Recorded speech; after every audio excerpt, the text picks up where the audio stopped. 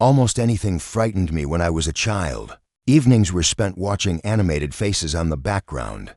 I would witness branches slithering like serpents, heaps of garments transformed into drooping corpses, lamps appearing as heads, and the front ends of vehicles smiling menacingly. It was also audible to me. What sounds like a moan is actually a creaking door. The floorboards would moan heavily as the wind howled. In my imagination, demons, specters, and ghouls lurked around every corner. I was a nervous child, it goes. Without saying, I have a disease. It turns out it wasn't just my imagination. Chronic overactive pareidolia is practically what it comes down to. Have you ever experienced the phenomenon wherein you perceive human faces in moving vehicles or tree trunks? Pareidolia is it, as a kind of protection. It has evolved to help us spot moving targets, such as jaguars and snakes, and to identify the noises made by approaching danger. When compared to the average individual, I find it to be around 16 times more obvious. Things appear to me constantly and in all places. Naturally, there were therapies. At the age of 12, I had endured the terrible side effects of 6 separate regimens that I had attempted over the course of 4 years. I would become irritated by some and hyper-focused by others. One drug class really lulled me to sleep. I was certain I would be unemployed by the time I was 18 years old. College seemed completely out of my league, and I was barely squeezing by in school. These terrible tics were a side effect of the medication that barely kept me alive. That's when I'd quit. Midnight would find me wide awake. I would trip over my own leg's protrusion. It was a disaster on my part. My mom used grip tape to cover the handrail and stairs. I met regularly with the county's employment services on Thursdays a few years back. I despised it. I had to be driven there by my mom on one of her worst days. Medication was giving me the willies. After she dropped me off at the end of the street, I had a near fall with a brick wall on the way to the workplace.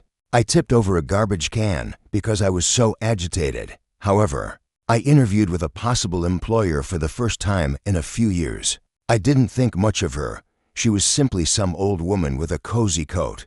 Teresa was her name, and she told me she'd heard great things about me. A trial and a large upfront fee were her offers to me.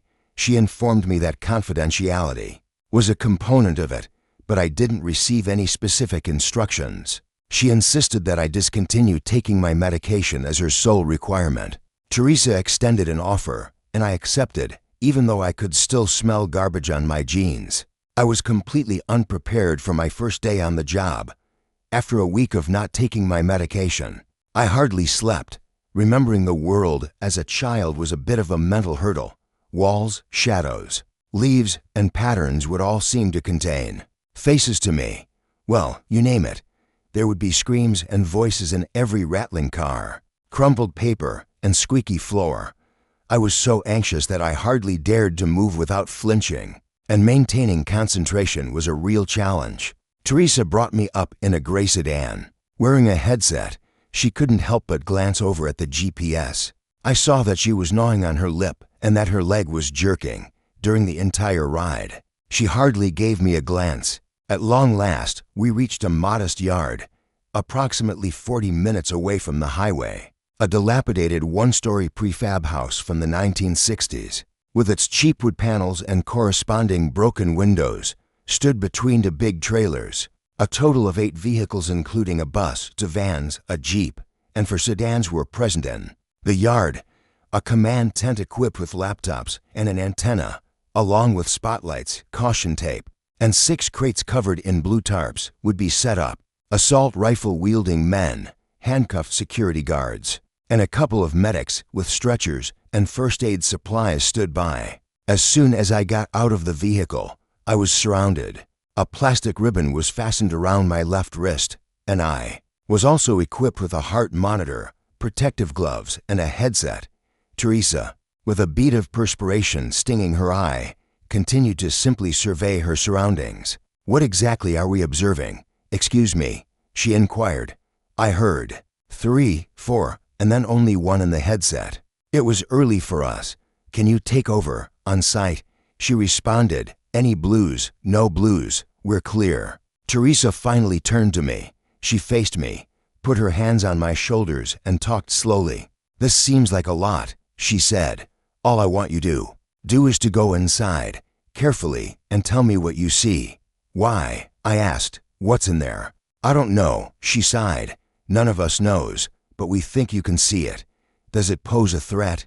Resisting the idea, she shook her head. "We are unaware. It is our hope to learn more about them." A whirlwind of directives followed. A waiver was required of me. They took multiple blood samples and 6 separate shots of me. After testing my eyes and taking a swab from my tongue, they fitted me with safety eyewear.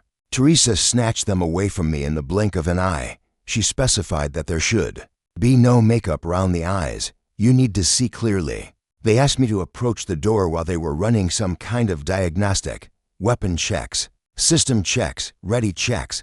It felt like we were launching a rocket.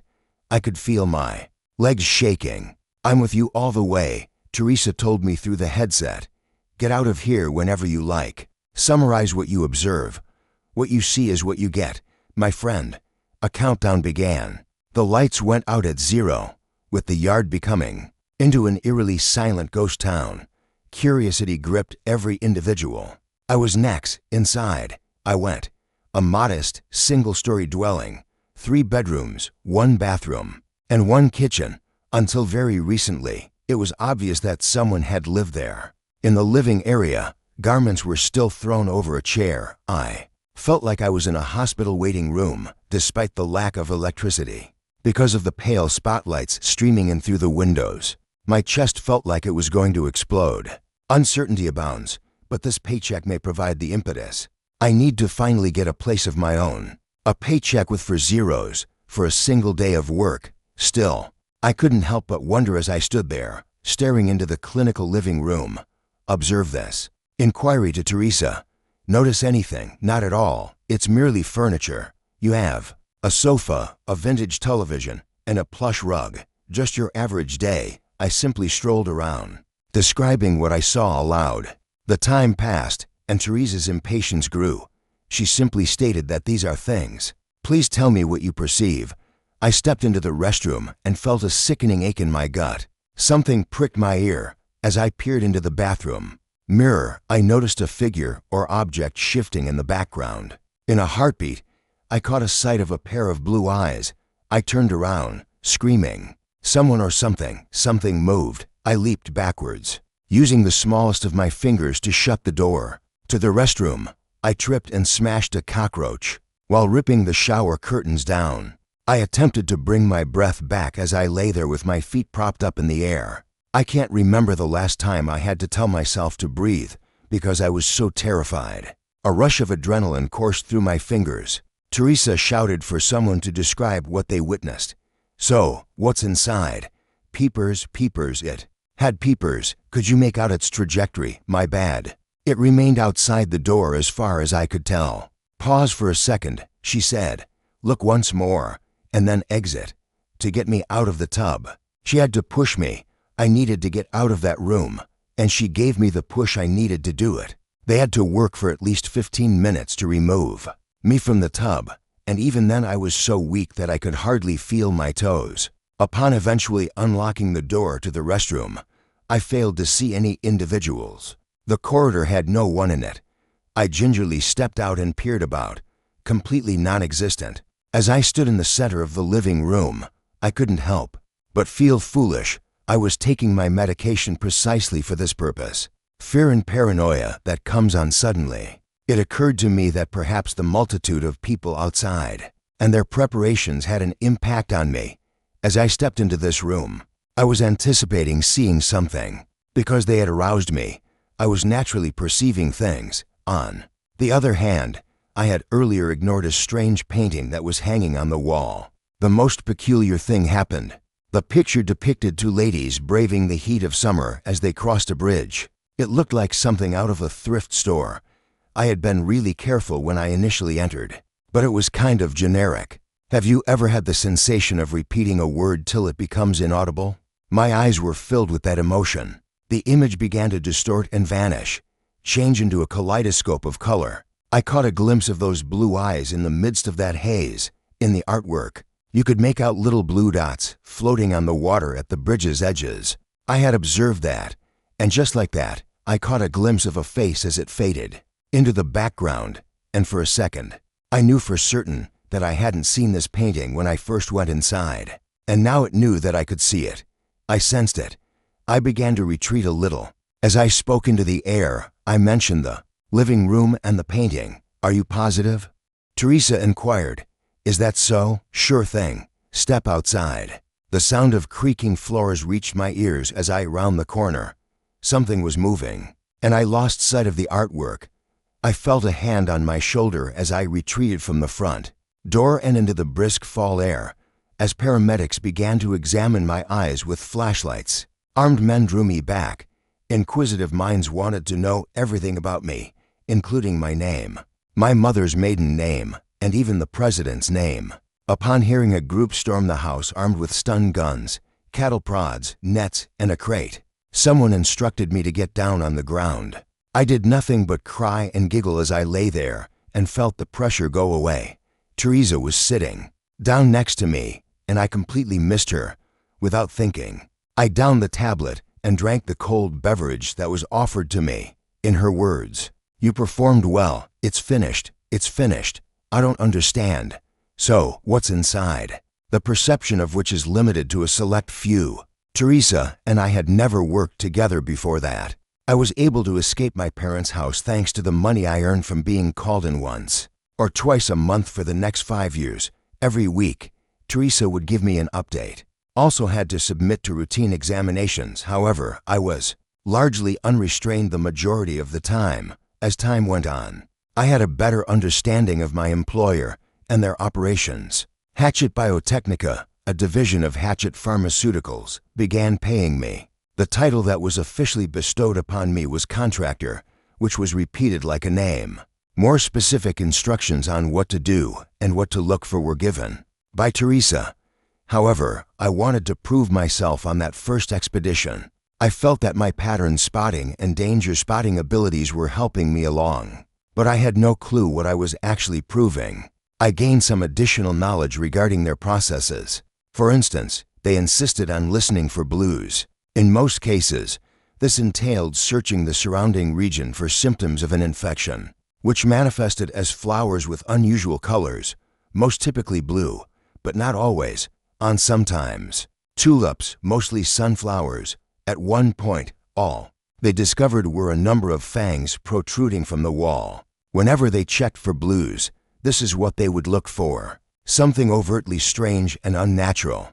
The entire mission would be canceled, and the entire location would be destroyed. Using controlled explosives whenever something like this was discovered, they would utilize flamethrowers and pitch tents in more crowded places. I remember once, the week before Christmas, when 6 men with flamethrowers were called in to burn down a greenhouse. The way the fire shone off their helmets is an image I will never forget. Everything appeared to be flames to them. There was something else, though. I beheld lifeless forms engulfed in a blaze. Screams echoed through the broken glass. I would find tormented expressions and angry, black eyes among the burned plastic remnants. In the 2.5 years that I'd been working this field, I'd completed 33 cases. That was until recently. In every instance, I would enter a room and search for 3 obvious things. I still didn't know what they were until then. Occasionally I'd catch a glimpse of a figure sprinting by or notice a pair of piercing blue eyes staring at me from across the room. Always, I would simply file a report and then depart. A desk, a refrigerator, and an unsettling window. At one point, it served as a music box. On this occasion, we were merely approaching a residence. We arrived on a rainy fall evening to find the location completely prepared. As the jeeps swerved, I witnessed one of them knock over a for sale sign.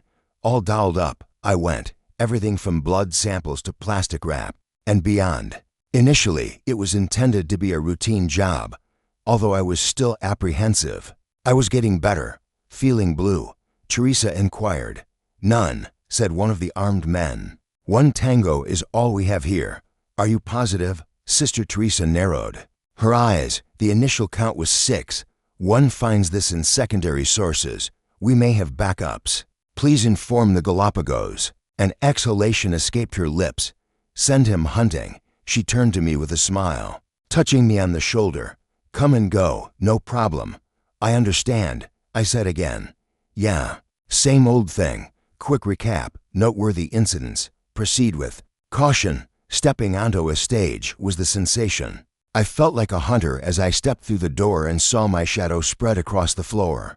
That I should be the one to be afraid of, and that whatever was hiding in this place had good right. 2. The uneven floor was something I noticed. Unfamiliar setting. "Are you positive, as you can see?" I gave the signal. Without a doubt, I collected myself and began to inspect the rooms individually. I held out hope for that emotion to surface. I am able to see past the apparent with my eyes, perceiving the image beneath the image, the blue eyes materializing out of thin air, and the patterns of enigmatic beings became more distinct. It was enough to just unwind and let that sensation wash over me. Some primordial part of me, though, was still teasing my nerves and waiting for me to freak out. Still, nothing transpired. I made sure to take stock of the bedroom, living room, and kitchen. Nothing existed. A peculiarly slanted floor and some empty rooms, and the reverberation of my own footfall. One window in an otherwise deserted guest bedroom. I could see scowling expressions on the trees outside thanks to it. After 20 minutes, I still had no response. When I informed Teresa, she confirmed that we were still receiving readings from within the house. I still felt like something was inside of me, even though I hadn't seen anything. I swung between denial, fear, and wrath, time and again. Did I miss anything? At last, I plopped down on the floor of the living room. I rubbed my eyes, let out a sigh, and made an effort to calm myself. "No, Teresa, I just am not in the mood." "Do you assure me nobody said anything?" "Hello, Teresa." "Yeah," she said, quite carelessly. "Absolutely not. I think we're fine. Please be patient. Are we okay?" "Excuse me?" I inquired. "So, you're saying we're good?" "What?" Yet another time, silence. I paced aimlessly for a further 10 minutes before ascending to a window overlooking the front yard. The intense brightness from the spotlight made it difficult to see. "My time has come, Teresa. There is no one here." 24 eyes were staring at me the second I walked through the front door. Perhaps it was just their astonishment to see me, but I felt like something was off. Something seemed odd to me. Some of them were neutral, while others grinned from ear to ear as they gazed at me strangely, with slack-jawed dread. One of the paramedics simply gazed at me. It seemed like they were at a loss for words when it came to their emotions. My stomach was ripped open as my pupils dilated. I had the sensation that I was staring at something deceitful, as if a pattern were being concealed. It was finally happening, the emotion I'd been seeking within. Towards the rear, I beheld Teresa. With a wide grin on her face, she emerged from behind a jeep. Her icy blue eyes peered out from behind her face's contours. Their blue eyes widened one by one. Suddenly, my paranoid vision picked up on forms resembling humans on the grass adjacent to them. Crusted, lifeless corpses, the phonies, potentially confusing terms, appears to be those terrifying creatures who led us astray by leading us into their minefield. Smirks began to appear on their faces one by one. Their long tongues are concealed by rows of incredibly sharp teeth, while their fingers lengthen and their necks lengthen. They were shedding their masks and staring me down, fearless. Absolutely nothing was spoken aloud. However, I felt as though the wind were yelling at me to flee. After closing the door behind me, I bolted for it. Doorknobs transformed into hands, and monsters snatched my clothing as they sprung from the walls. My warped visage reflected in mirrors and windows with gaping smiles. I didn't dare budge. With each pulse, a fresh terror jolted me awake. I mistook the number of doors for their actual number. It seemed like there should have been less windows. All of a sudden, there was a skylight in the kitchen, and 4 refrigerators appeared. In the master bedroom, a plethora of paintings had materialized, each one representing a horrific, gory, and merciless crime. They had already arrived and were attempting to encircle me as I scrambled to regain consciousness and determine what was real and what was not. recalling that there was a single window in the guest bedroom. I hurried to its rear. There were now a pair. I was forced to take a chance, roll the dice, get moving. My mind raced with images of teeth gnawing on the window frame, tongues licking my palms, and huge grins satisfying their hunger as I firmly grasped the frame of the window. But I knew it was all in my head this time. I leaped out the window and dashed toward the forest. I persisted all night long. I was sore from suppressing the cries. In the dark, without my prescription, everything appeared as if it were attempting to devour or seize me. Laughter sounded like creaking branches, and cries like howling winds. My foot became trapped between two boulders after what felt like hours of running. As I twisted my ankle and fell to the ground, I witnessed their descent upon me. Their knuckles were rubbing against mine, screaming for them to release me. I writhed on the floor. To kindly release me. But then it hit me I'd only scratched myself on the underbrush. Nobody was around. All was well with me. I attempted to look away from the distorted face that reflected the full moon, but I couldn't help but cry. In the end, I returned home. Nobody had left me a message. Every one of my work numbers had been deactivated. The firm that employed me vanished without a trace, and all avenues of communication with them vanished as well. Only in theory is Hatchet Biotechnica reality. There's no associated name, address, or phone number. Everything is an act. Teresa has not communicated with me since then. Whoever has been employing me has probably just assumed I'm dead. I opted to share this anonymously because of that. Contact me if you know who I am. Additionally, I must caution those who do not. Pay attention. Have faith in your gut. The outcome could be life-saving.